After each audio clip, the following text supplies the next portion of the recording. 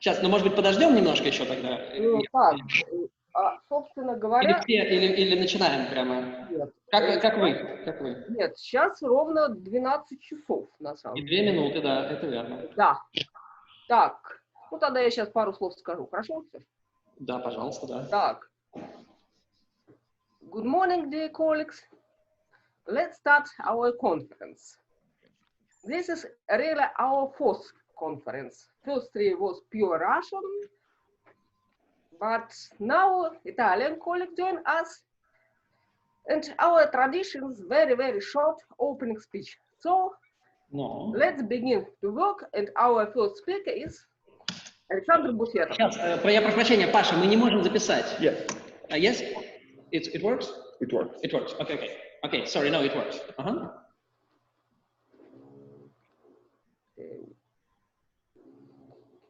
Okay. Does everybody hear me?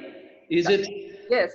Is it good? Okay, ladies and gentlemen, it's a great pleasure to start our conference, in fact, in these quite exceptional circumstances.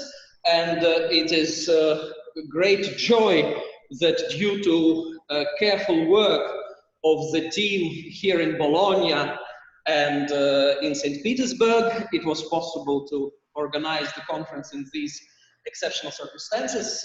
I am very happy to welcome everybody to this 5th edition. In fact, Professor Smorodina and I started this in 2016 and within the framework of the Lamé chair, and then somehow the Lamé chair finished, but the conference continued, and it gives me great joy to welcome everybody. But in these days, we cannot forget about some of our participants whose joy is somewhat limited, and in particular about our colleague Azat Miftakhov, who is currently in prison and who is awaiting trial and possible conviction, who has been allegedly tortured, which allegations have never been investigated, and a petition on his behalf has been launched by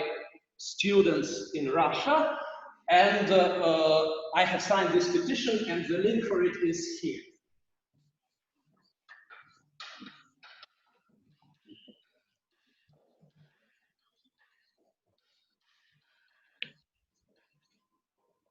So the subject of my talk is point processes, and I will start with some examples. And let me start with an example on Lobachevsky plane, but also I will consider examples with random matrices and with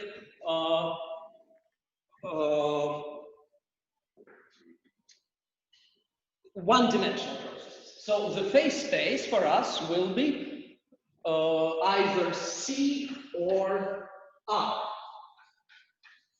So, and let me consider a random power series. So let me consider a collection, a countable collection of random variables.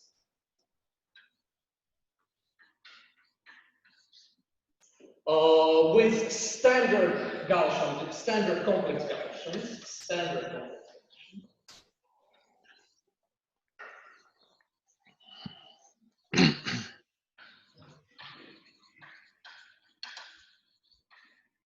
And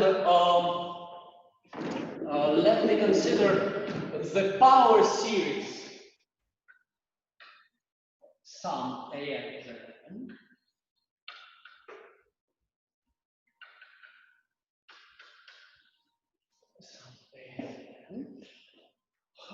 So yes, so the power series sum AN.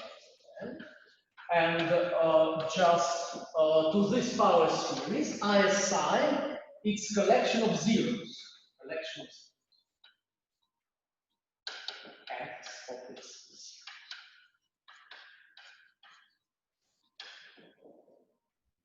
zeros. So let us observe that due to the fact that we consider standard complex Gaussians,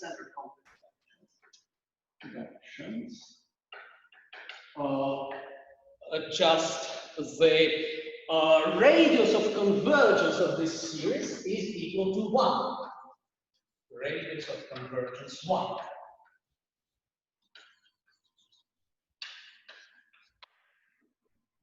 So the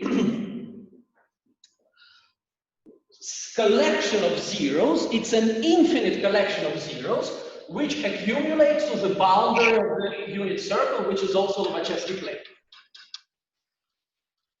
So they accumulate to the boundary of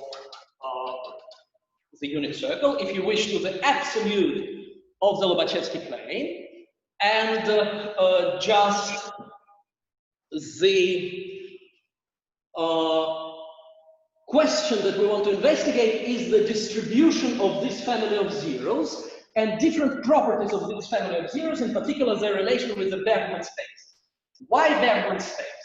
Because in fact, due to a beautiful theorem of Perez and Virard,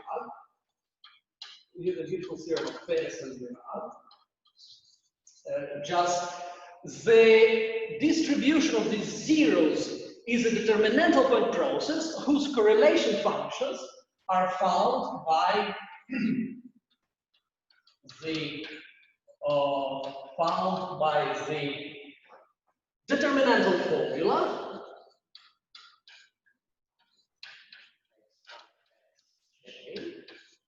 And where kxy is 1 over pi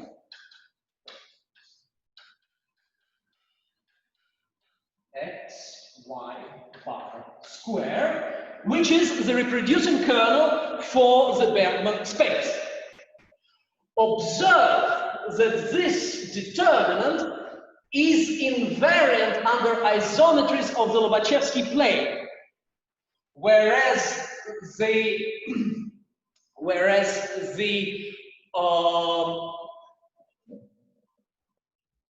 distribution of zeros themselves, is invariant under isometries of Lobachevsky plane, whereas the distribution of the function which is sum of independent Gaussian variables, is not invariant under isometries of Lobachevsky plane, and this is just one aspect of the very non-trivial and Perez-Virard theorem, which in fact does not have simple proof even today. There are several proofs based on different ideas. My favorite proof connects the proof of Krishnapur, connects these zeros to eigenvalues of a unitary matrix, but eigenvalues of a corner of a unitary matrix. If one cuts a corner of a unitary matrix, then one obtains eigenvalues which are not any longer on the unit circle, but in fact in the unit disk. And in fact, as Krishnapur shows, one obtains this. So the kernel K is the kernel of orthogonal projection onto the Bergman space. So let us write this. So the kernel is the kernel of orthogonal projection onto the Bergman space.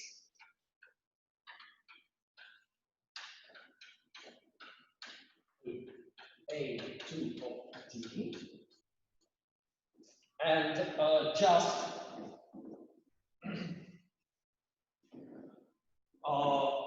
the Bergman space, which is the space of functions holomorphic on the unit disk, and square root. And square. Okay. So now we consider the connection, and this is the main theme of this course. What is the connection between the point process and the underlying function space?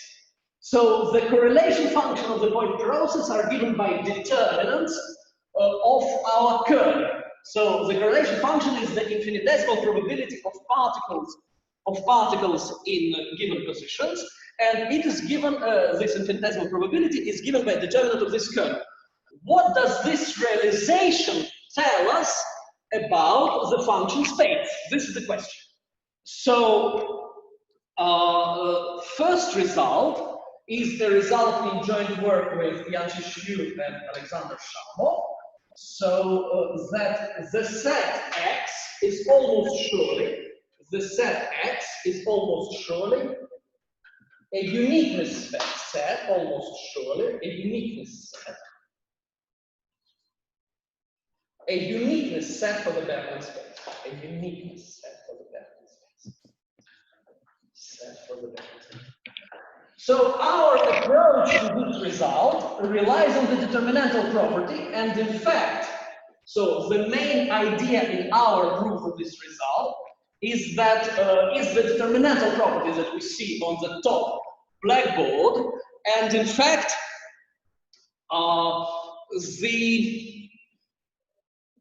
what is not important for our argument is the Bergman space. What is really only important is the determinantal property.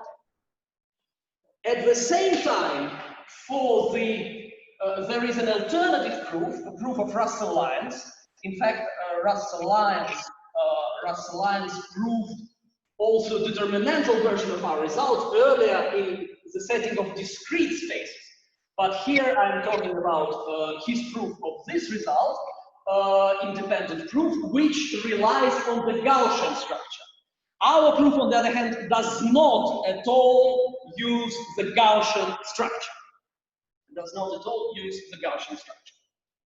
Okay, now let me pass to the next question. Maybe I will say a few words about the proof in the second lecture, but let me first say about different results, about our joint work with Shyu. So we know from this result that our set is uniquely set for Bergman space. What does it mean, uniquely set for Bergman space? This means that a Bergman function is uniquely determined by its values on this set. Uniquely determined, but how determined? So this is the question. How to determine a Bergman function? How to determine a Bergman function? A Bergman function from its values on our set. From its values on our set.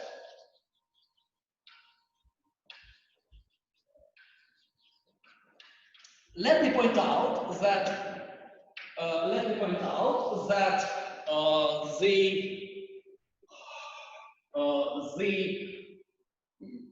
all statements, so I write this set, our set X, and so on, all the statements of this talk take place for almost every set. So all statements understood for generic for almost every set. Understood for almost every set.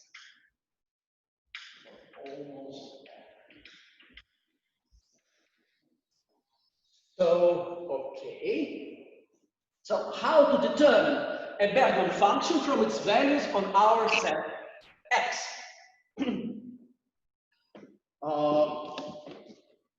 If we were dealing with a Hardy function, then the answer would have been easy. The Hardy function is determined by its boundary values. Our set accumulates on the boundary. In fact, Perez and Pirat proved that this, so as I mentioned before, and as we can see from the formula, the definition of this set, from the very definition of this set, the distribution of this set is invariant under isometries of the Lobachevsky plane, under Möbius transformation in the Poincaré model.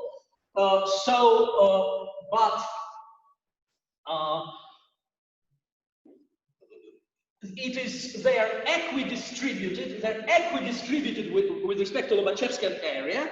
In fact, the distribution is ergodic, and in fact, as we proved with Shyu and Shamov, it is also mixing these results follow from the triviality of tail sigma algebra in this situation, and I will not enter into more details at this time. But very generally, determinantal point processes have trivial tail sigma algebra. This was proved by Osada and Osada, by ourselves, and also a different proof was given by Russell-Lyons, who had earlier proved this in the discrete setting. For continuous setting, different approaches are possible. And so we know that the zeros, our zeros of the Gaussian analytic function, our particles of our point process, accumulate only on the boundary. Accumulate only on the boundary. But if they accumulate on the boundary, not only do they accumulate on the boundary, but in fact, they approach boundary in all directions, so all non-tangential limits can be determined, and therefore, if we have a Hardy function, the limit values of the Hardy function can be determined, and therefore we can reconstruct the Hardy function. But let me point out to you a major difference between a Hardy function and a Bergman function. So a Bergman function is, as I wrote here, is a holomorphic function, square integrable with respect to Lebesgue measures. Clearly, square integrable with respect to Lebesgue measure, and it can have very wild behavior at the boundary. It can have very wild behavior at the boundary. It does not need to have boundary values, and furthermore, different parts of the boundary can behave in a very different way. And this is precisely the flavor of this problem. So let me be more precise. So for a Hardy function, clearly we can determine the values of this function from the values of this function on this side. Furthermore, in fact, one can make the following general abstract remark. If I'm given a reproducing kernel Hilbert space, then clearly, and I'm given a uniqueness set for this space, then clearly it is possible to reconstruct its values just by using the Gram-Schmidt procedure. So I have uniqueness set. So uniqueness set, again, let me repeat, is such a set that the values of any function in my Hilbert space are determined from its values on points of this set. Keeping in mind that due to the fact that this space has a kernel, the value of function at a given point, these are holomorphic functions, the value of function at a given point is continuous function of the Hilbert space, so it is quite allowed to speak about values of the function at this point, at a given point. So the reproducing kernels, so the kernel Kxy, where y is considered to be a parameter, and y assumes values in my set, these reproducing kernels are a complete family in my Hilbert space. And if they are a complete family in my Hilbert space, this means that I can apply to this family the procedure of Gram and Schmidt. So applying the procedure of Gram and Schmidt, I obtain an orthogonal family, and I can decompose any function with respect to this orthogonal family. The problem with this absolutely general statement, so you might ask how to determine a Bergman function from its values on our set X. Any function in any reproducing kernel Hilbert space can be determined from its values on any uniqueness set. What is the question? The question is that this general abstract procedure depends in very uncontrollable way on the particles. So I have my particles, but the way the dependence on these particles, the dependence of the interpolation formula of the particle is very subtle. For example, let's consider the Gram-Schmidt procedure which I mentioned, and let us remove one of the particles. What happens? It is very unclear. If one removes one of the particles, all the Gram-Schmidt procedure is deformed in some quite uncontrollable way. So the problem is that it is not possible.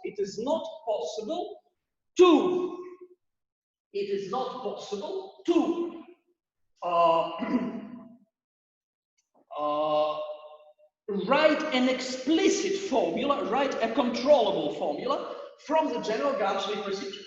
So we are looking, on the other hand, for an explicit formula, for a precise formula. And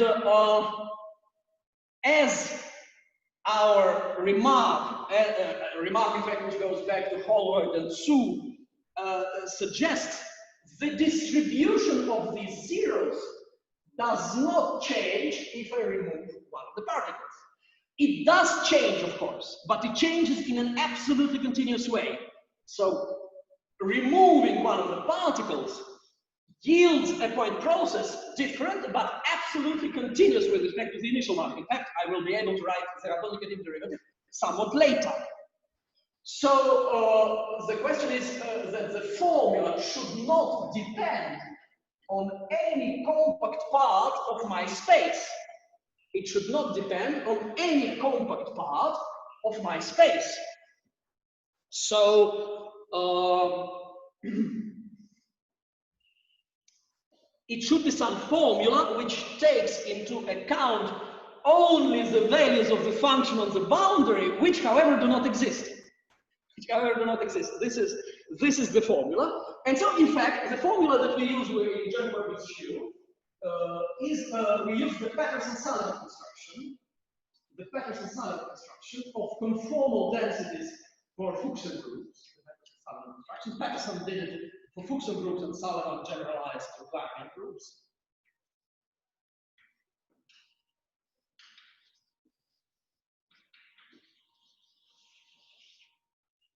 So, and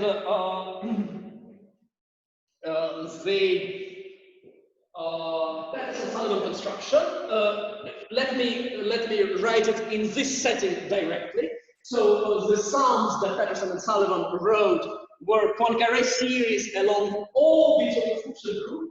But what I will do today is write the Poincaré series along a realization of my point process. So specifically, I write, so sum e to the minus s, s is the parameter of the Poincaré series, d is the Lobachevsky distance, zx, f of x,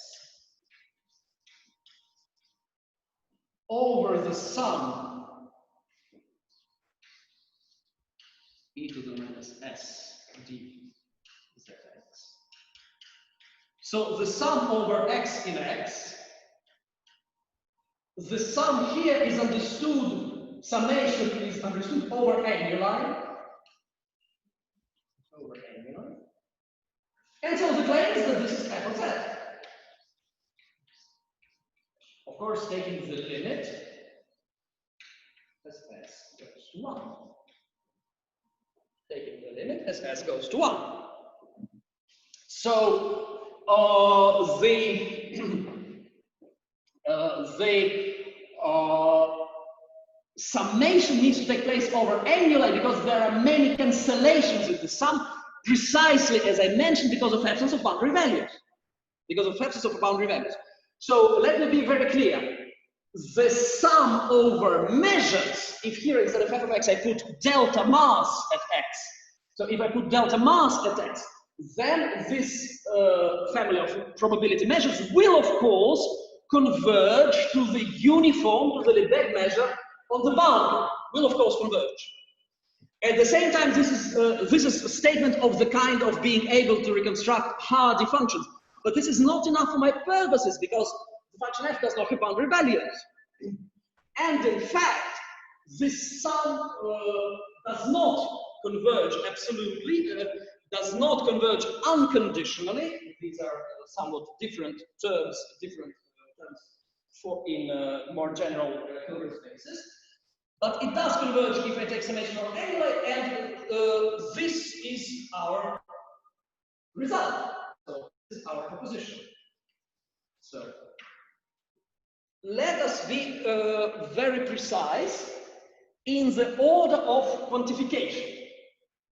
Very precise in the order of quantification. So the statement is that this limiting procedure takes place for any function f and almost every almost every x. So this is the order of the quantifiers. F, almost every x. So let us now ask ourselves the following question. What happens were I to consider some families of functions f? Some families of functions f. Not one specific function f, but families of function f. In other terms, what happens if, so when I say almost every x, there is an implied set of measure 0, which is thrown away. So this implied set of measure 0, how does it depend on the function f? There seems to be a question, or no question? So please, ladies and gentlemen, I am not able to see the chat, so if you have questions, please ask them. So, Sasha, can I ask you a question? Yes, of course. You have the limit, and as far as I understand, the set x is random. That's correct. What is done is we have the limit, almost surely. And in which points? Excuse me. The statement is that given function f, for almost every x, the limit, please observe that the limit is limit of one-dimensional function. So this is just one function. So the right-hand side of this equation is one function depending on one real parameter s and depending obviously on the point x and of the function f. So the expression depends on three quantities: on the function f, which we start with, on the configuration x, well, it also depends on the point z, but this is the least of our worries, and on the parameter s. So the statement is that for almost every parameter x, once x is fixed, almost every x is fixed, we have one function of one real variable s. And so the question is that the limit that this function s, its continuous function of parameter s, has boundary value. Please observe that, as I mentioned, the particles of my point process are equidistributed with respect to Lobachevskian area. So in particular, there are e to the r in Lobachevskian ball of radius r, and so the critical parameter s is equal to 1. So it is not immediate, well, it more or less is, but let us say it requires 17 seconds of thought to understand that this quantity diverges for s equals 1, but it does in fact diverge for s equals 1. And the point, I mean, this quantity, I mean the denominator. The denominator diverges for s equals 1, and the statement is that the limit of the ratio exists as s approaches 1. This limit is of course a function of x, but please observe that the limit is understood as limit of function of one variable. Have I been clear? Okay, yes, thank you. Sorry, excuse me. If please ask me again, because I'm not able to see the chat, so please ask me ad alta voce. I have a question. Yes, yes. The holomorphic dependence on z? The holomorphic? The dependence on z. Dependence on z is the least of our worries, because in fact, if we change z, then this changed by Busemann cycle, and this is very easy to control. So the dependence on z, we are not worried about. Dependence on z, we're not worried about. Any more questions? If not, I continue. So our next, so this is the result for fixed function f,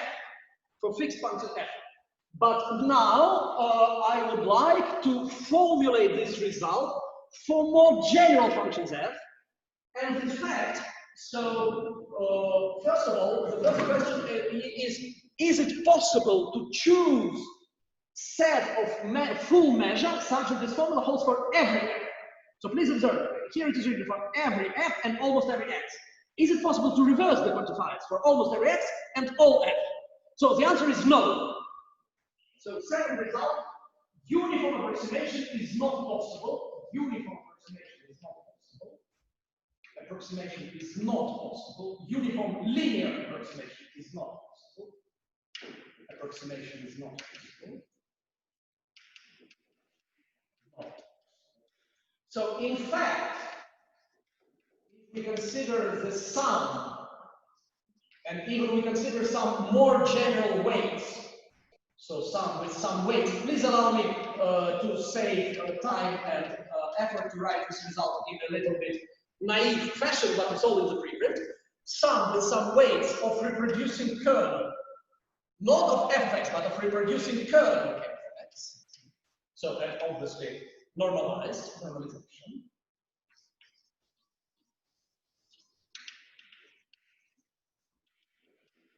So such quantity, this becomes a random vector in my Bergman space. So this is Bergman space, and our result is that the variance of this quantity, has a lower bound, independent of the weight. So it is not possible. So K is Bergman curve again. Bergman curve.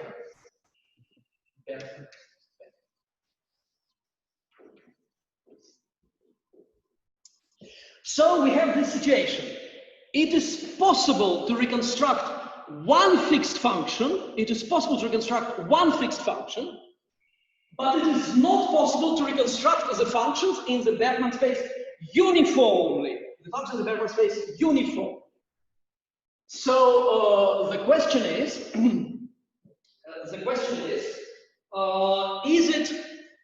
what is the intermediate situation? How can we interpolate between the first situation and the second? So where is the boundary? So let me make this question more precise. So when I consider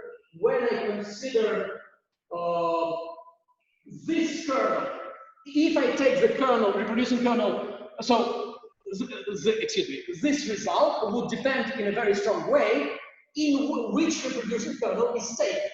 So the variance is of course understood with respect to the Bergman,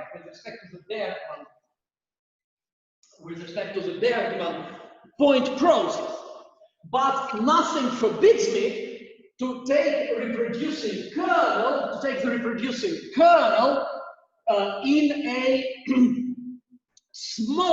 a smaller Hilbert space.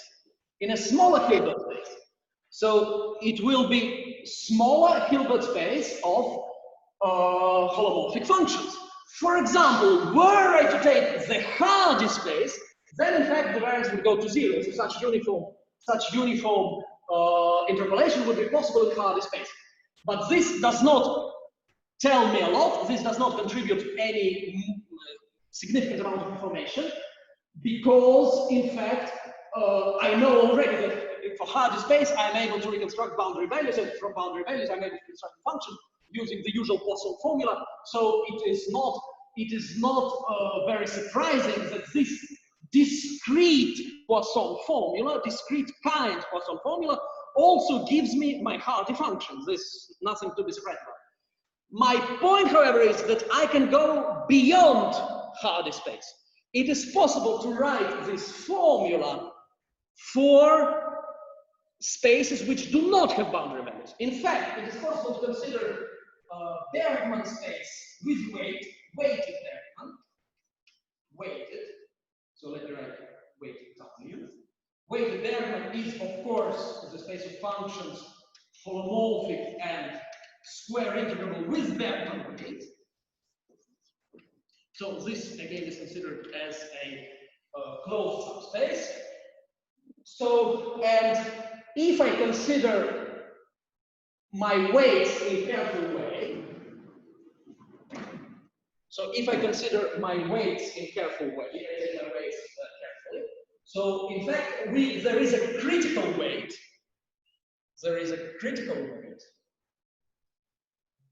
So we go beyond Hardy space, but not by very much, by logarithmic factor. So there is critical weight. Critical weight.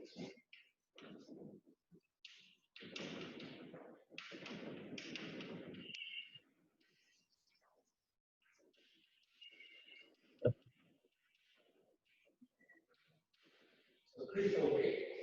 And if the weight over the critical weight goes to infinity as we approach the boundary, then variance goes to 0. Then variance goes to 0. And if not, not. So, and in fact, if not, not. So this is the result. So the variance goes to 0 if and only if the weight is supercritical. So for the critical weight itself, it is not possible. The variance is possible. But for so let me make it clear. The greater the weight, the smaller is the familiar functions we obtain. The greater the weight, the smaller the familiar functions. So the smaller the familiar functions, the easier it is for the variance to go to 0. What does it mean, go to 0? It means obviously go to 0 as s goes to 1. So in particular, we show that this summation is optimal in the sense, so we could have chosen different weight, but taking different weight would not gain us anything. So this is part of our result. So, and so we can, as we just consider this summation, that's fine. So then the variance of that quantity, now the only parameter which is in our hands, the variance of the quantity on the upper left blackboard is the sum of reproducing kernels, but the kernel K, which is indicated as Bergman kernel on top, the kernel K can be chosen in different way. And so choosing the kernel K as the reproducing kernel of Bergman space with supercritical weight, we obtain variance going to 0. And so we obtain uniform interpolation. Let us observe that this uniform interpolation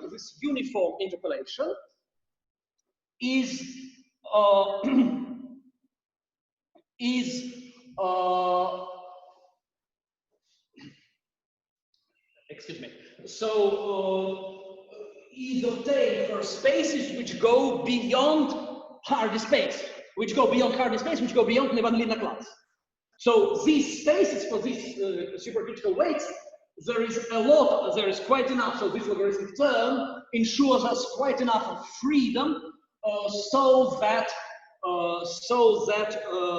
the function not admit boundary value, so that we go quite a bit beyond Hardy class. So to put this statement in a little bit, how shall I say, in a little bit imprecise, but hopefully clarifying manner, let me say that the reproducing kernel for Hardy space is just the sum ZW bar to the n. The reproducing kernel for the Bergman space is sum of K squared ZW, K ZW bar to the n. LZW bar to the n. LZW bar to the n. So our intermediate situation, so if we have 1, let me write here 1, we are in great shape. If we have L, we are in poor shape. It is not possible to have interpolation. So in fact, the critical value is logarithmic. So the critical weight corresponds to growth of this coefficient on the order of logarithm of L. And so this is the critical result. This is the critical state.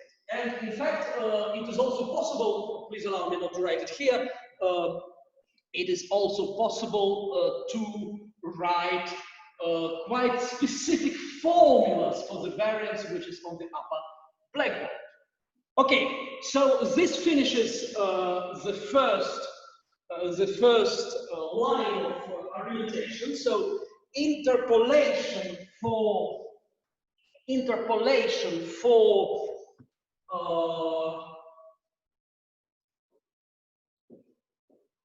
Bergman space of functions, of holomorphic functions on the unit disk.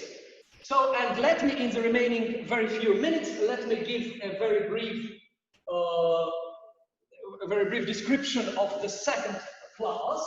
So, just let me say that the very convenience of working with determinantal point processes is that for determinantal point processes, it is very convenient to describe multiplicative functions of these determinantal point processes.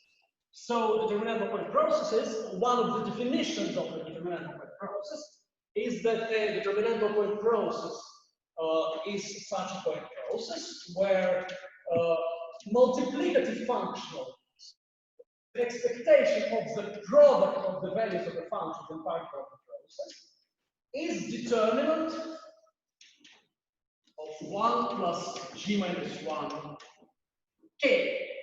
So let me write p k of multiplicative functional. In Russian literature, sometimes one encounters the term Boголюбов functional, because in fact Boголюбов considers them a lot. So multiplicative functional, product of values of some function over the part of my point process, is determinant of 1 plus g minus 1k, is determinant of this operator. So this determinantal formula makes work with multiplicative functions very convenient. So in fact, I mentioned, and this is what I will develop during the second class, that the palm measure for this process with the Bergman kernel, but in fact we'll consider also much more general processes, palm measure is equivalent to the initial measure. In different situations, palm measure is not equivalent to the initial measure, but it is in fact,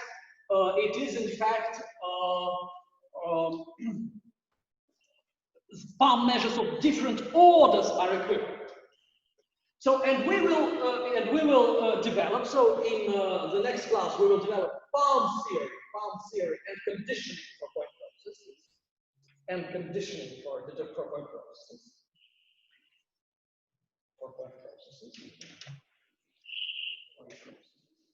So, the main remark on which everything will be based is that a determinantal point process. So, let me introduce the notation psi j for this multiplicative functional.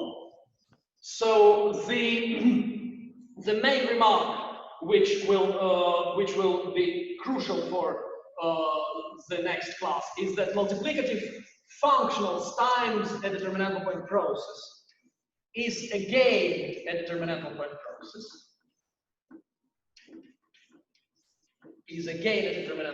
So the determinantal property is preserved. So let me write this also in words. So the determinantal property is preserved by multiplicative functional. Determinantal property preserved by multiplicative functions. And from an analytical standpoint, the main point will be for us.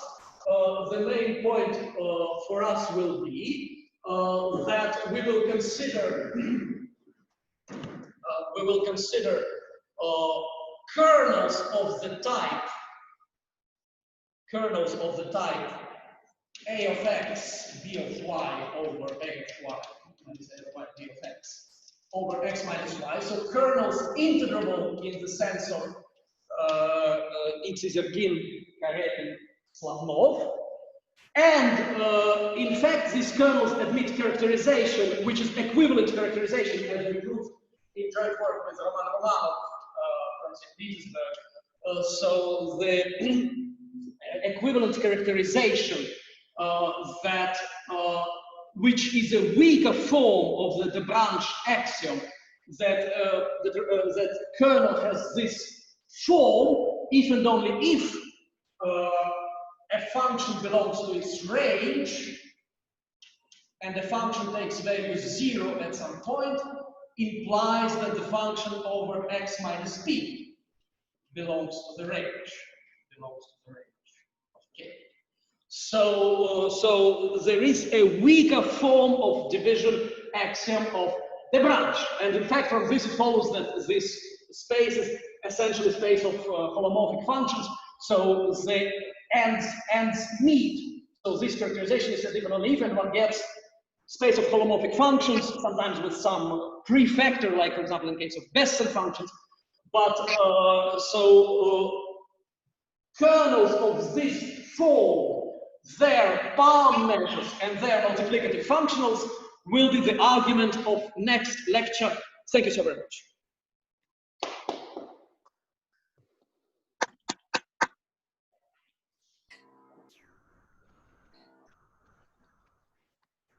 Thank you very much. Questions, please.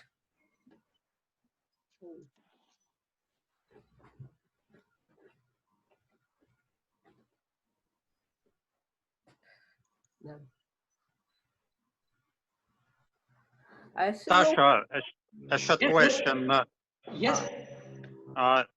In this case, is it possible to describe somehow this zero set, or do you have any examples of the particular configurations X where you can find your functions? Okay, thank you very much for this question. In fact, so let me say, so in fact, question of uniqueness set and non-uniqueness set for Bergman space is a very studied question, and there are many works, in particular work of Seif and work of Hedenmalm, and there is a rich tradition of work which goes back all the way to Blaschke. Of course, it is possible to give examples, or to give specific examples, and to give quite explicit conditions, and this is done, in fact, in the work of Seif in particular, though these conditions are explicit, but almost, because there is a non-explicit function in terms of which the explicit conditions are given. So non-explicit sort of Blaschke product function, not quite, but almost, because Blaschke product diverges in all these examples. So, okay, but to answer your question more specifically, no, and I can give very clear reason why not.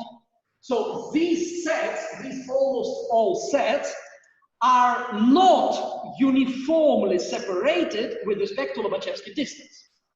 So they are not uniform. So they're obviously not uniformly separated with respect to the Euclidean distance, they're equivalent to the boundary.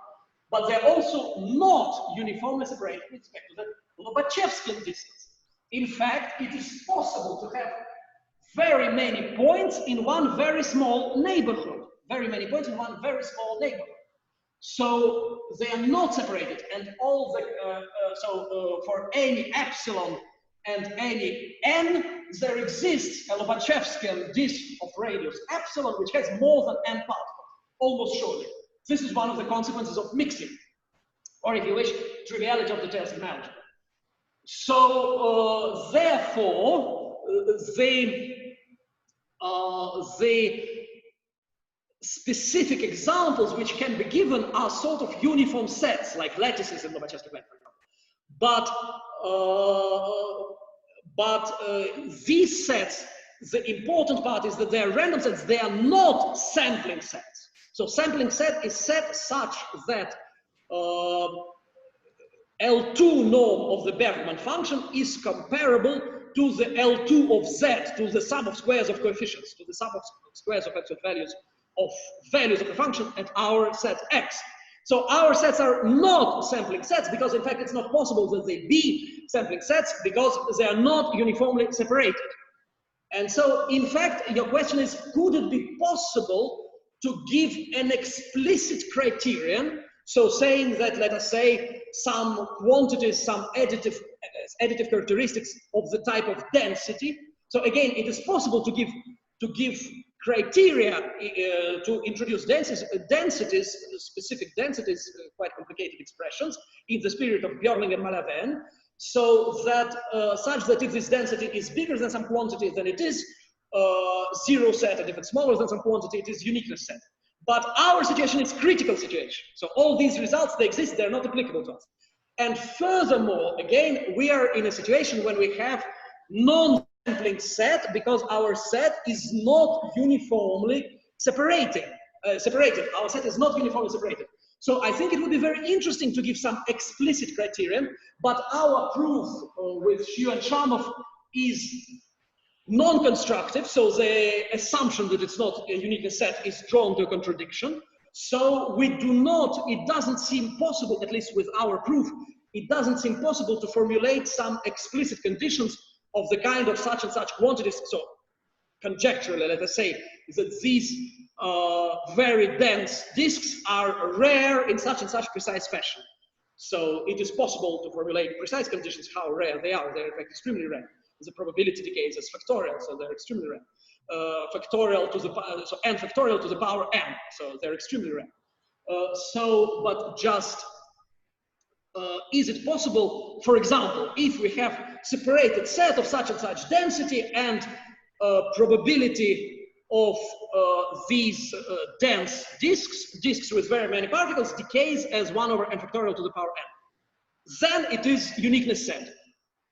This sounds like a great conjecture, except I have not the least idea how to prove it.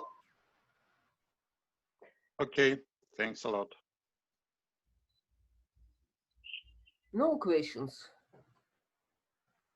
So we have 10-minute break. Саша, Thank you very much. Thank you very much. Чаю, который тебе требуется от одного доклада до другого. Точно, точно, точно, точно, точно. Так, все. Ci siamo? C'hai il coso? La registrazione, il file? Sì, sì. Ce l'hai? L'hai salvato? Ah, non so dov'è, da qualche parte c'è. No, ma salvalo. Ah, sì, sì, no, ma c'è automaticamente. Questo... Sicuro?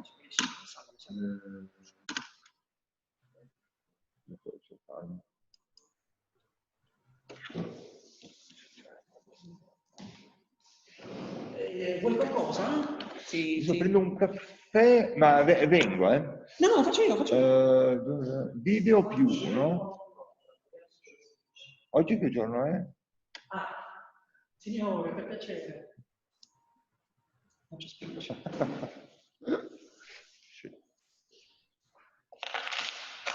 Così poco, signore. Vediamo, allora un caffè lungo, corto, cappuccino macchiato. Lungo. Caffè lungo. Sì, sì, ma adesso esco, cerco il... Ah, no, perché devo fumare la sigaretta. Sì, sì, intanto cerco il... Vabbè, lo chiedo a Valeria. Sì. Chiedo a Valeria.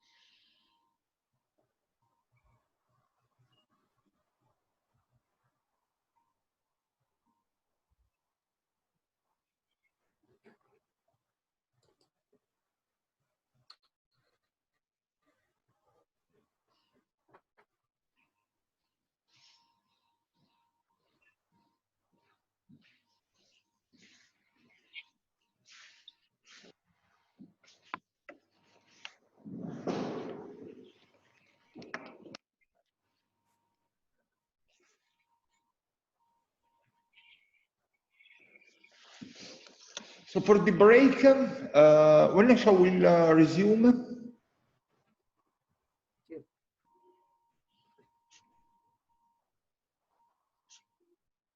Так. Паша, ты готов? Да, я здесь. Ага. Sasha is coming. He's Yep. drinking a coffee. Так, ну, загружай свой.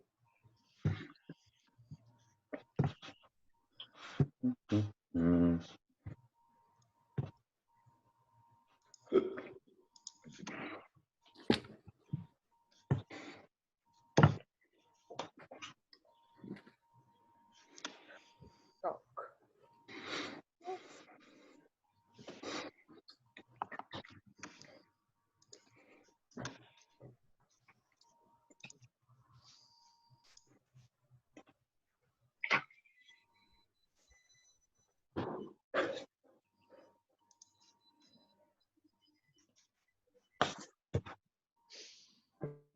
Sasha, we'll be here shortly.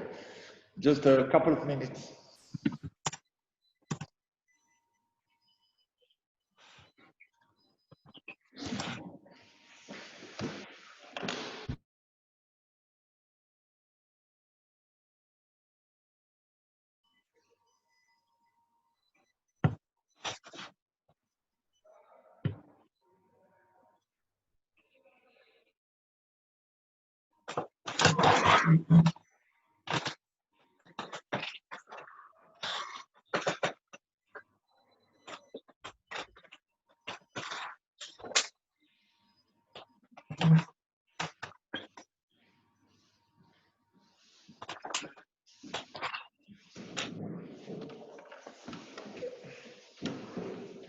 So Sasha says we can start.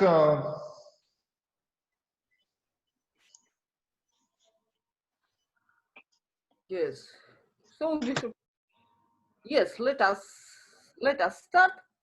And our next speaker is Pavel Ievlev.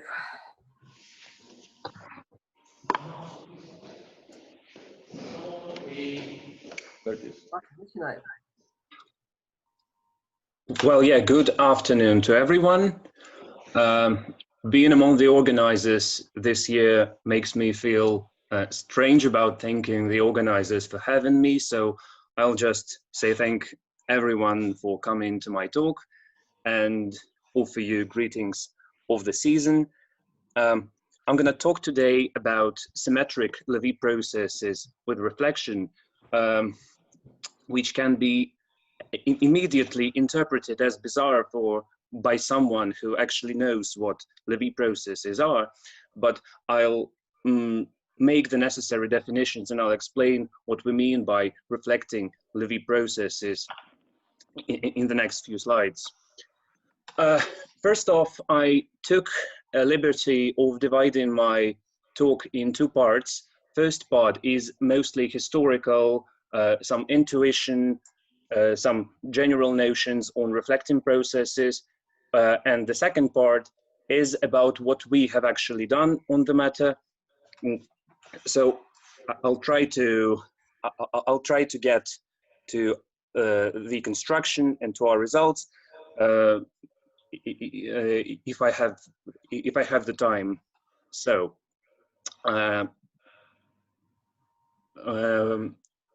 for the first part, what is a reflecting process?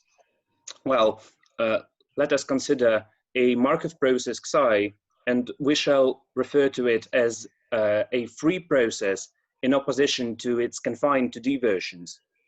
And we are mostly interested in one single type of containment, that is specular reflection of the boundary. I guess the geometric notion of specular reflection is quite clear, but we cannot define the reflection geometrically, since it means imposing conditions on normal derivatives, which do not very often exist.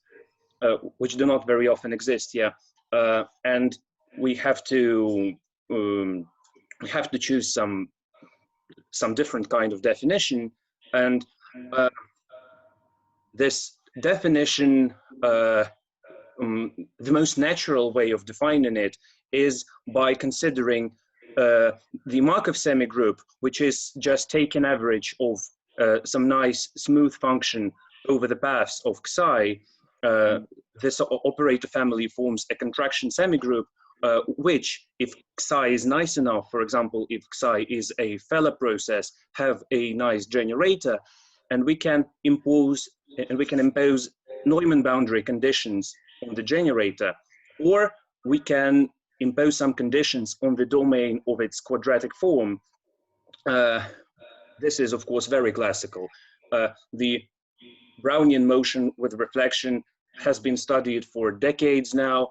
There are tons of results, and what people typically mean by Brownian motion with reflection of the boundary DD is just a process associated with the Dirichlet form of Neumann Laplacian. And please note that if we take different domain for this quadratic form, the associated process would be some different process. For example, if we take W210, we'll get an absorbing Brownian motion. And in exactly this setting, the question of reflecting diffusion processes have been studied very thoroughly since the 50s, since Dub or maybe Katz posed the question for the first time. In 1961, Skorokhod considered the one-dimensional case, and he proposed a pathwise construction of the reflecting diffusion. And he proved the since called Skorokhod semi-martingale decomposition, which just expresses the reflecting version as a sum of free version plus local time on the boundary. And what local time actually does to the process is that it pushes the process back into the domain.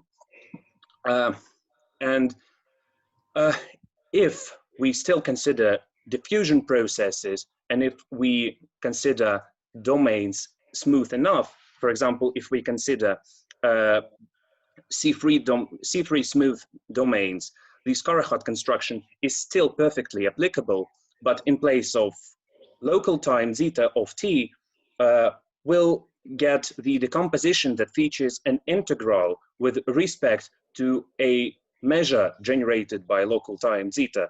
So the semi-martingale Skorokhod decomposition is essentially the same, but we'll get an integral term with respect to local time if the boundary is smooth enough. We are not interested in the smoothness of boundary. We are not at all interested in the conditions on the boundary. We are interested in the class of processes. And as I stated before, we are going to be working with Levy type processes, which are jump processes. And one small digression from the course is an example of Skorokhod reflection, which shows that it bears virtually no resemblance to the geometric reflection. You can see it on the picture. I just took a cubic polynomial and calculated its Skorokhod reflection, and you can see that it is nothing like geometric reflection. It looks very different, but it is a reflection in the generator sense. And now to what we have done on the matter. First off, I would like to say a few words about the class of processes under consideration.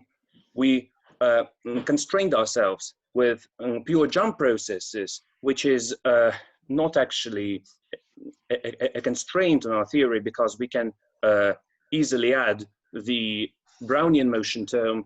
It's not a problem, but the essential constraint for us is that we consider rotation invariant Levy measures dp, and this is this poses a problem for us which we cannot still find a solution to. And the third constraint is that we consider only Levy processes with finite second moments,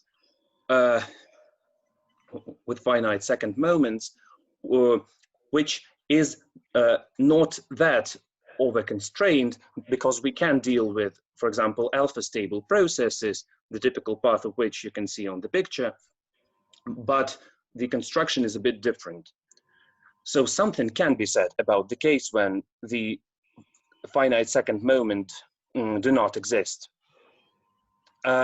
Now, these type of Levy processes can be characterized by their characteristic function, which is of course just the exponent of minus t times symbol of Levy process, and we can associate a generator to such a process, which is just a Levy type operator without the diffusion term.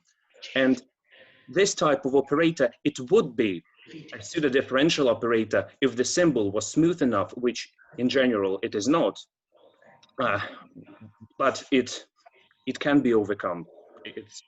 It's not a big deal. The main idea of our construction is to take a sample function f defined only on the domain D and extend it in two special ways to the whole RD. We extend it one time for the reflecting process, and secondly for the process which remains inside the domain. In terms of Skorokhod decomposition, f tilde corresponds to xi, whereas f tilde corresponds to xi tilde, whereas f bar corresponds to xi. And we associate to each of these two extensions a semigroup by using the free semigroup. So we have actually extended a function defined on D in some special way to the whole RD and defined two semigroups corresponding to each of these two extensions. And we shall denote its generators by -a and -an. Unfortunately, this idea works well only when the domains considered is very, very simple, such as ball or cube. In an arbitrary smooth domain, we have to construct instead two sequences which are tangent to f at y equals 0 and use them as our continuations. Then we can define pt as the limit, and of course we have to overcome some typical problems regarding the existence of limits and so on.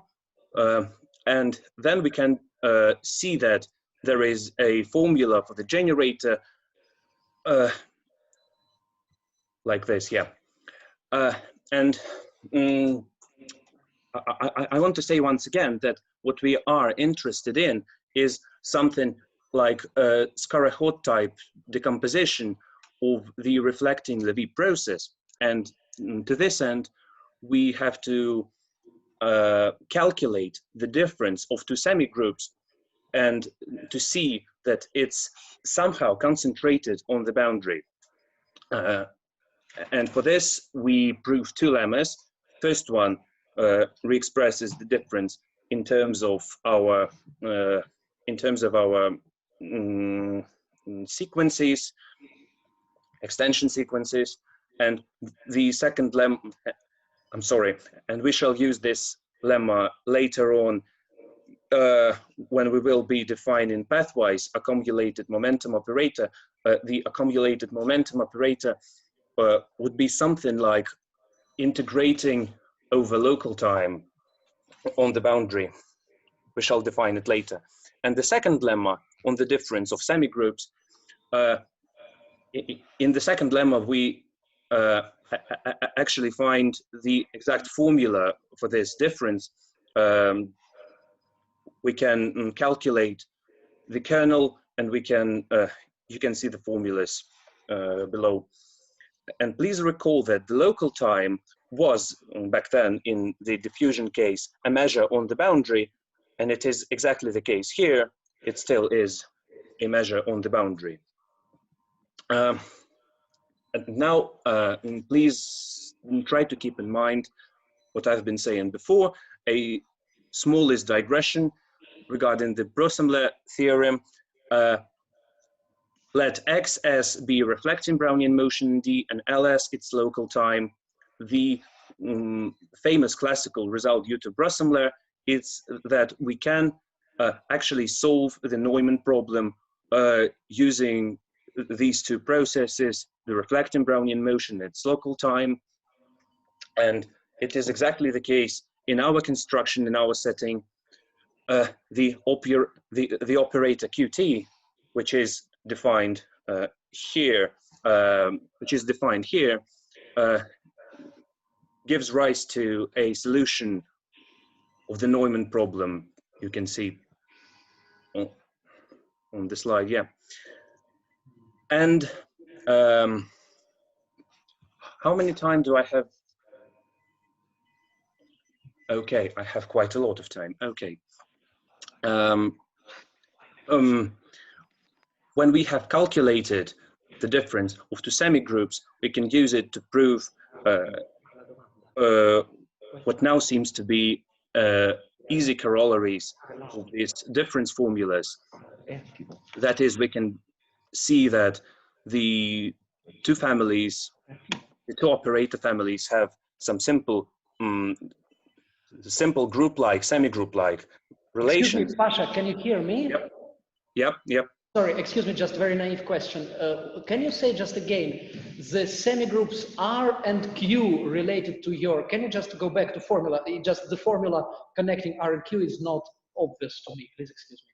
So how can I see the formula connecting R and, it's just resolvent, please excuse me, it's just many formulas. It's just resolvent equation. It would be resolvent in the Brownian case, but here we have this instead of just one. Yes. So just question is, what is this? Excuse me. Just a very naive question. What is this relationship between R and Q that you have on next slide? What does this reflect? it reflects that the Q operator family is essentially something like local time. Yes, you mentioned this. Yes, yes, yes. Just like this. You can see that it grows, that it is 0 when time is 0, and it grows with the help of semigroup R, but R corrected. We have to correct the semigroup R. We have to define something which is very close to R, but not quite. So can I informally think that Q is local time with respect to corrected semigroup? Yeah, yeah, exactly. Okay, okay, thank you very much, Pasha. Please excuse me. Yeah, that is the case, yeah. Okay. And we can prove another theorem on group structure, which is this and this. They're not very interesting in itself, not as much as this one. And what we can do next? Well, actually, every time we are looking at the semigroup, we would like to define it pathwisely. And it is easy to guess a pathwise counterpart of PT. It should be just a shift by Xi. And in fact, we choose it differently, but it doesn't matter. We take an equivalent definition of this one. And by way of analogy with the first lemma on the difference of semigroup, we can define the pathwise accumulated momentum operator like this. And of course, we have to prove some existence theorem that the limit exists in some nice sense, which is stated here. The limit of the right-hand side indeed exists in L2 with respect to Lebesgue measure times the probability measure on the space. And we can prove the averaging property of this accumulated momentum operators for every G in Sobolev space 2 1/2. We can prove that the average of this accumulated momentum operator is the simple accumulated momentum operator. Okay, so limit theorems is entirely different matter. When we are talking about probabilistic representations of some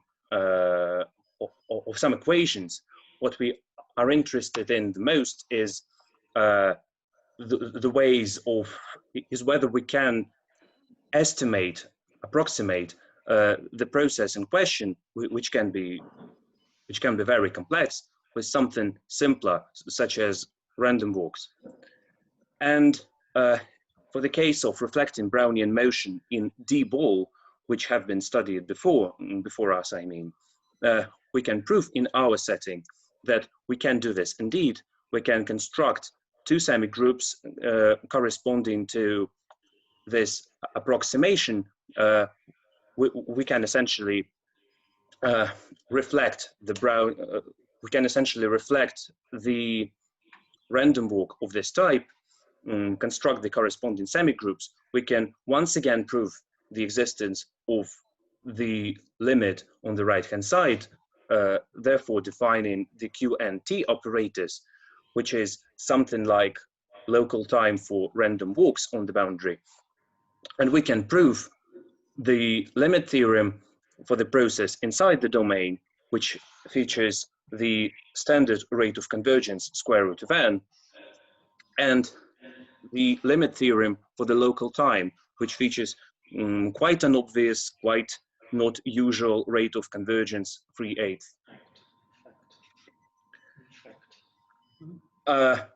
Okay, thank you very much. That's all. Thank you. Okay, is it possible to ask question? Okay, Yes. yeah. So why do you get, I am sure other people are also interested, why do you get 3/8? I have never seen 3/8 in such problem. Well, it's a straightforward calculation, but we got 3/8. I can say no more. From where 3/8? Is it depend on smoothness of G, or on what does this 3/8 depend? Or is it universal 3/8? It is 3/8 depending on the class or which we are looking at. So if we consider smoother G, will it be better rate? I'm not sure. Yeah. But maybe this is an interesting question, whether one has such situations occur, whether one has faster convergence if one has smoother function. Maybe not. I'm not saying sometimes it happens, sometimes not. I'm just asking a question. Yes, I see. It's a perfectly good question. Yeah, I just can't answer it. I'm thinking.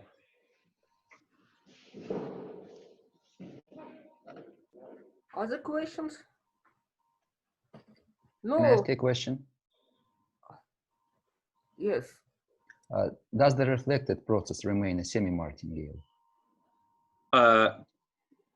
No, of course not. The reflecting. Okay. Okay, I got your question now. The reflecting process. It actually is a tricky question because there is a lot of work to do while getting from semigroups to the actual processes. So the mystery remains unsolved for now. We do not know this type of answers. Okay, so as far as I understand, your construction is in a sort of weak sense. I mean, in the sense of the law of the distribution. Okay. Yeah. Then it's difficult, maybe difficult to answer. Okay, thank you. The benefits of weak constructions like this is that we can calculate some things which are very hard to calculate differently. But unfortunately, there is a lot of work to do while getting to the actual processes. Okay, thank you.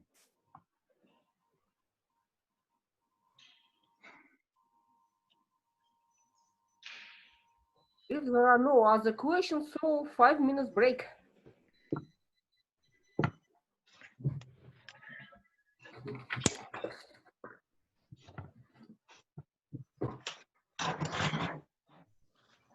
Как это было?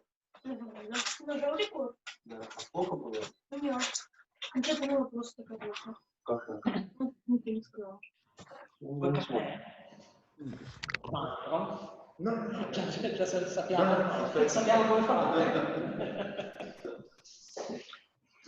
Molto bello. Sì, molto bello. Molto bello.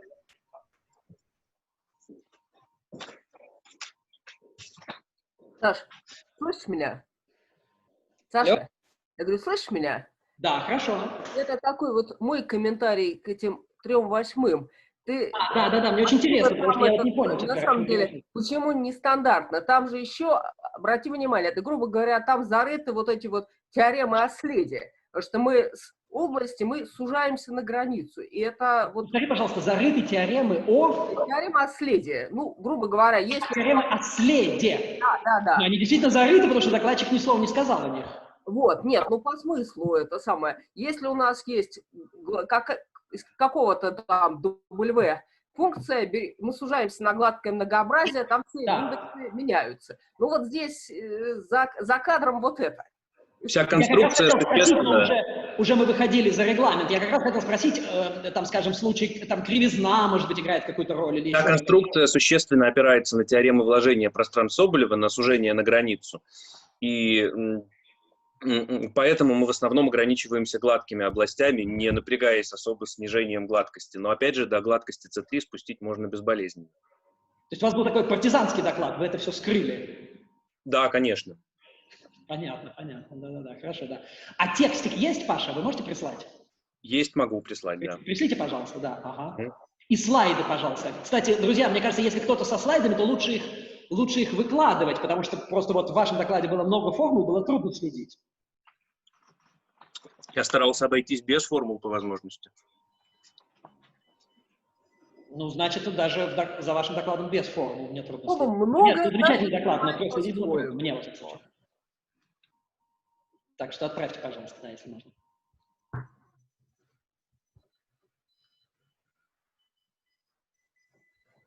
Наташ, ты здесь? Так я не понял, гладкость там помогает или нет, если взять функцию более гладкую? Да нет. Там... Нет, то есть это будет вот такой будет просто ответ всегда. Да, думаю, что да. А еще я не понял, вот был замечательный вопрос, я прошу прощения, может быть, я просто по наивности не понял. А действительно, вот эта субмартингальность, она никак не сохраняется, ничего-то не сохраняется. То есть вот этот марковский, там получается же марковский процесс или нет? Я что-то не понял. Ну, марковский процесс, да. А тогда мартингальность чего не очевидна, я прошу прощения? Нет, так получается он в слабом смысле. Мы имеем одномерные распределения. Значит, мы можем из одномерных распределений, сляпать новый процесс. Вот, Теорема Ионеску-Тульчи это называется, я так понимаю. Что? Это называется теорема Ионеску-Тульчи. Вот, да. Вот здесь вот это есть. Но о самом процессе здесь мы пока только на уровне генераторов. Вот. То есть у нас есть только... генератор есть, а процесса нету. Да. А, то есть это был такой суперпартизанский доклад. Я понял, да. Да, я все понял. Генератор есть, а процесса нет. Да, но поскольку он... А кто он не дает? А что не получается? Почему нет процесса? Да нет, все получается. Просто для тех нужд, которые были нужны, этого не нужно было. Вот и все. Это следующая задача. Там это очень трудно. Я слышал, что очень? Там и эта часть очень трудная. Да, это я не подвергаю сомнению. Вот. Нет, доклад замечательный, просто, как сказать. Саша, значит, самое главное здесь, техническая трудность. Вот есть такая забавная вещь. Вот я опросила, по-моему, полземного шарика. Знает ли кто-нибудь? Есть область с гладкой границей. Есть собственные функции решения уравнения Гельмгольца. Когда они могут быть продолжены на все пространство? Вот этого не знает никто. Я уж таких светил опросила. Вот просто никаких, минимально. Вот достаточных условий никто не знает. Есть случаи, когда да, есть случаи, когда нет. Ой, это надо... Давай к этому вернемся в обсуждению. Это удивительно совершенно, что... Но просто основная проблема там в том, что я тоже спрашивал других людей, и все хором отвечают, что дело в симметриях области. Дело не в том, что она гладкая. Например, у куба есть прекрасные продолжения за пределы, несмотря на углы. А у шара тоже есть, у эллипсоида тоже есть. А у областей с меньшим количеством симметрии все падает. А это не конформный инвариантный вопрос. А мы же не в двумерии. Ну что? А конформный автоморфизм есть и в более высокой размерности. Это понятно, мы просто не видели такой науки. Dear colleagues, I think we should... Okay, of course. Okay. Так. Ага. Ага. Так, Let us start again. Our speaker is David Garcia-Zelada. Please. Yes. Well, thank you. Thank you for the opportunity to speak here. I would like to tell you a story about random matrices found in a joint work with Charles Bordenave and Jolly Chaffee. So I will start first defining what we call Gierko matrices. Then I will motivate the result by comparing it to Weil polynomials that I will also define. Later on, I will say there are some results with Gierko matrices, but also Weil polynomials. In the Weil polynomial case is easier. And finally, I will say an idea of the proof. So let me begin by saying what a Gierko matrix is. Consider a family of independent and identically distributed random variables with expected values. Please speak up a little bit. Okay. A little more. Yes, speak up a little bit. Mm-hmm. So first consider a family of independent and identically distributed random variables, all with expected value 0, of course. And define a Gierko matrix by an is the Gierko matrix is just the n by n first elements of this family of random variables. And we will be interested in the eigenvalues of this random matrix. So we define the characteristic polynomial Pn as this determinant, where one n is just the identity matrix, n by n identity matrix, so that the eigenvalues is this set, the set of zeros of this random polynomial. For instance, for n equal 500, we have this. In the left, we can find the eigenvalues of a Gierko matrix with Rademacher coefficients, meaning coefficients that are -1 and 1 with equal probability. And in the right-hand side, we find the eigenvalues of a Gierko matrix with complex Gaussian coefficients. So how can we state this convergence? We look that they approximate kind of a disk. So we will state this now. Take the unit disk centered at 0 of the complex plane. Well, we will denote by LC the Lebesgue measure of C. Then under this condition, so if the variance of the coefficients are 1, we have for any continuous bounded function on the complex plane, this convergence, almost sure convergence. This means that the eigenvalues, so the zeros of this characteristic polynomial Pn divided by the square root of n goes to the uniform measure. So this is the Lebesgue measure on the unit disk D. Of course, 1/pi is just a normalization constant. This is a result that has a long story. In fact, it was first, a version of it was first proved by Gierko, and the final version was proved by Tao and Wu in 10 years ago. So this is what a Gierko matrix is, and this is some now classical result about the macroscopic behavior of these Gierko matrices. I want to say now what a Weil polynomial is for us. So take a sequence of independent and identically distributed random variables. We assume them to be non-deterministic, so they are actually random. And define this polynomial that will be a random polynomial with coefficients ak, these random variables ak, over the square root of k factorial. So in this case, under this condition, we have the same kind of result. We have the convergence to the uniform measure on the unit disk. And the most general version can be found in a work by Kabluchko and Saporoshet in 2014. So the same kind of global macroscopic behavior happens with 4 Weil polynomials. If we compare Gierko matrices, the eigenvalues of a Gierko matrix and the zeros of a Weil polynomial, we can find this. So in both cases, I have chosen Rademacher entries. So this is a Gierko matrix with Rademacher entries, so -1, 1 with the same probability. And these are Weil polynomials with Rademacher coefficients. But there is a difference in both cases.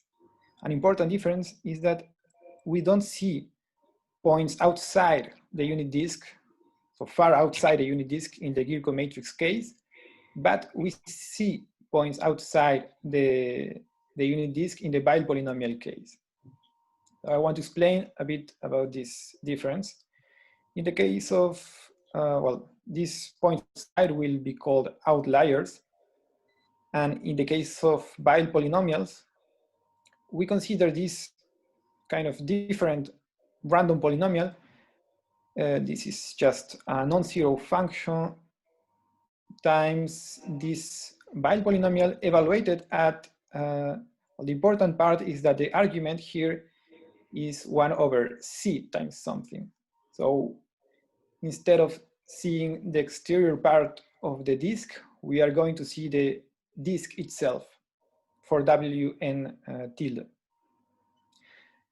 And define this random holomorphic function that has been already be seen in Sasha's talk. In the case AK is Gaussian, but this AK are any AK, has any loss. This AK have any loss. And we have this calculation. We can perform the calculation and notice that Wn tilde goes to this random series, random holomorphic function K in law. This is a calculation that is far easy and can be found, for instance, in a work with Rafael Vitesse, where we perform a lot more of cases. We perform a lot more of calculations. This is a particular case.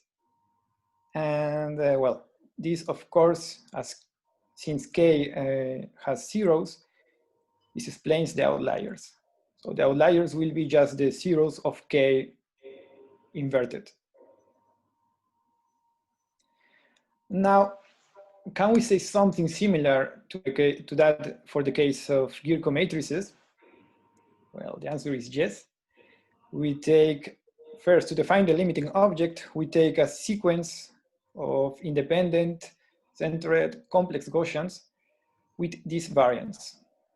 So the expected value of the norm square is 1, but the expected value of the square is given by the k power of the expected value of a squared, where a11 is the first coefficient of any coefficient we want of the Gierko matrix. Then we will define two functions. First, this function kappa as the holomorphic function whose square is 1 minus c squared, expected value of a squared. Of course, we have chosen the square root such that kappa of 0 is 1. And we take this holomorphic function, f defined by using these independent complex Gaussians. Here, the denominator is just square root of k, so it's not square root of k factorial as before, it's just square root of k. And of course, the sum begins in k equal 1. So with the help of these functions, I'm recalling that the characteristic polynomial Pn is just the determinant of c minus an. And transforming this so that we transform the exterior of the unit disk into the unit disk. So we have actually this expression, the determinant of the identity minus c times a over square root of n. We have this theorem. That is the main theorem I wanted to tell you about. Theorem of Bordenave, Chaffai, and myself. That if the variance of the coefficients are 1, we have the convergence of Pn tilde towards this random holomorphic function. Kappa is the deterministic part that we defined before. F is the function I defined before that involves Gaussian random variables. Excuse me, David, can you go back, please, to definition of kappa and f, because it's yes, of course, a bit difficult. But kappa is deterministic function, but there is square root, so it's not entire function. There is something maybe I'm missing. This is function in D. We are always in D. Excuse me. Absolutely, you're absolutely right. And F is random part. Yeah, of course. Okay, perfect. Yes, thank you very much. Excuse me. Thank you for the question. So yeah, so we notice that kappa is a deterministic function that is nowhere 0, so it doesn't have a 0 in D. So that this function kappa times exponential minus f is nowhere 0 in D. And this, of course, explains the lack of outliers. The maximum, the spectral radius of the Gierko matrix will converge to 1. So, well, that's the main result. And I wanted to tell you about the proof, that it's a kind of intuitive proof. So we begin by this known relation. The determinant of the exponential of a matrix is the exponential of the trace of the matrix. We use this relation in our case. The determinant of this matrix identity minus CA over square root of n. This is the object we wanted to understand. This determinant is the exponential of the trace of the logarithm of this matrix. But the logarithm of this matrix can be expressed as a power series. Of course, then we take the trace in that power series, and we obtain that the determinant can be expressed as the exponential of minus the sum of traces, of course, times c to the power of k, and with a normalization k. So the idea is that to understand the determinant, we just need to understand the traces. Of course, some control is needed because, yeah, we need to control this sum. We need to control everything in the, because the convergence, I didn't say, but the convergence is strong enough. So the convergence is in the compact open topology. And so we want to understand this convergence of traces. And the idea is to show that these traces go to these random functions that are actually Gaussian random functions, not random variables, that are actually Gaussian random variables with this variance and this deterministic part. This deterministic part appears only if k is even. If k is odd, this is 0. And how can we prove this? In fact, this is in case all moments of the matrix of the coefficients are finite. This is a combinatorial argument. And if not, we need some truncation argument. And this truncation argument is in fact inspired by the work of Jansson and Nowicki of 91.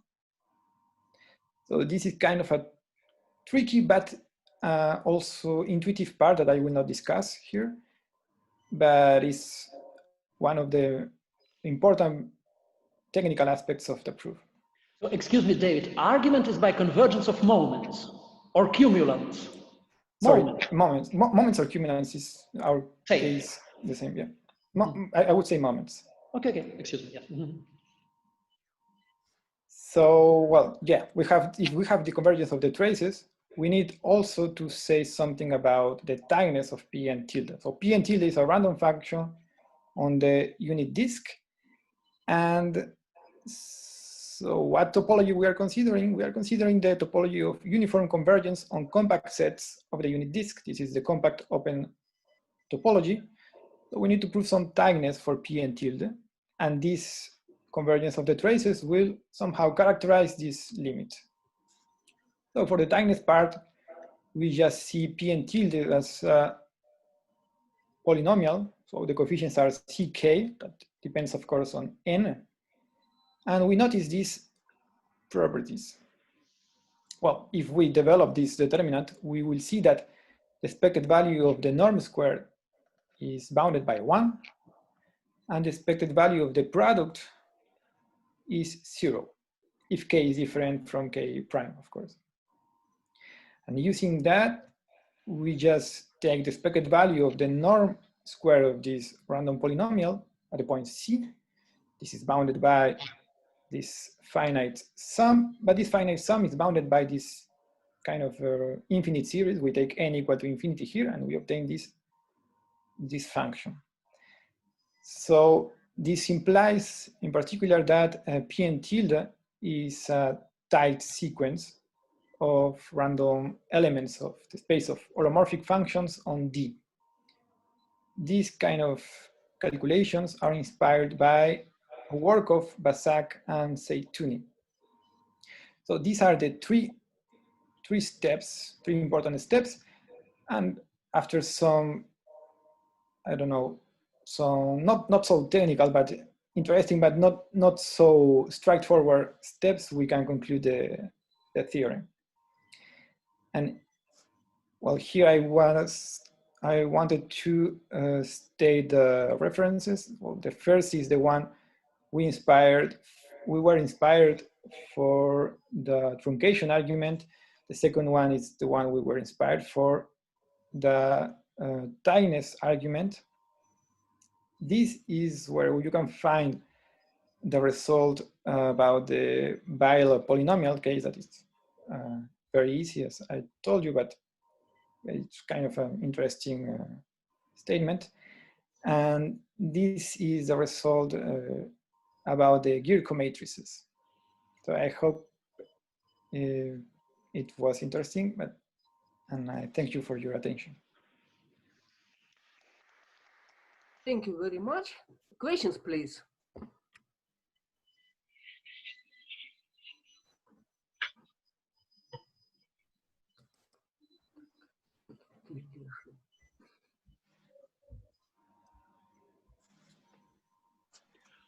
Okay, so excuse me, just a terminological question.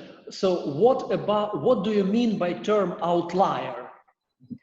The points that are outside the limit of the spectral of the empirical measures. So all of them, but when you say there are no outliers, what do you mean by this? That if you take, well, in particular, if you take the complement of the unit disk, you have a point process outside. This point process will go to the empty point process.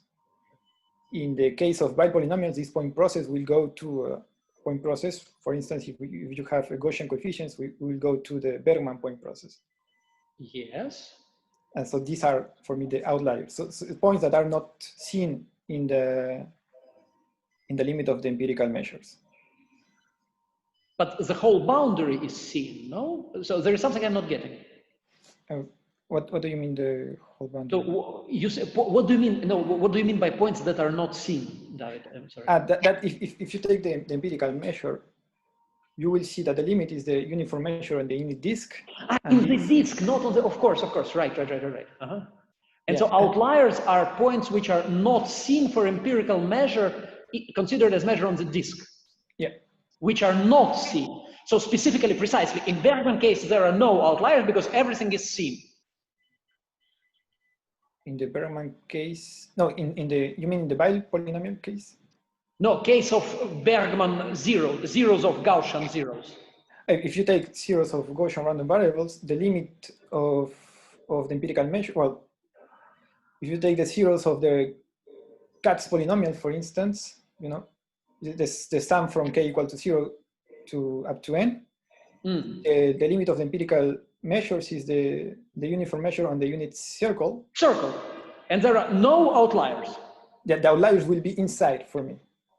Okay. So they are the points of the Bergman process. This is the point. This is the point. The points which are not accumulation points of empirical measure. Of course, yes, that's it. Okay. Thank you very much. No questions. So we have a lunch break.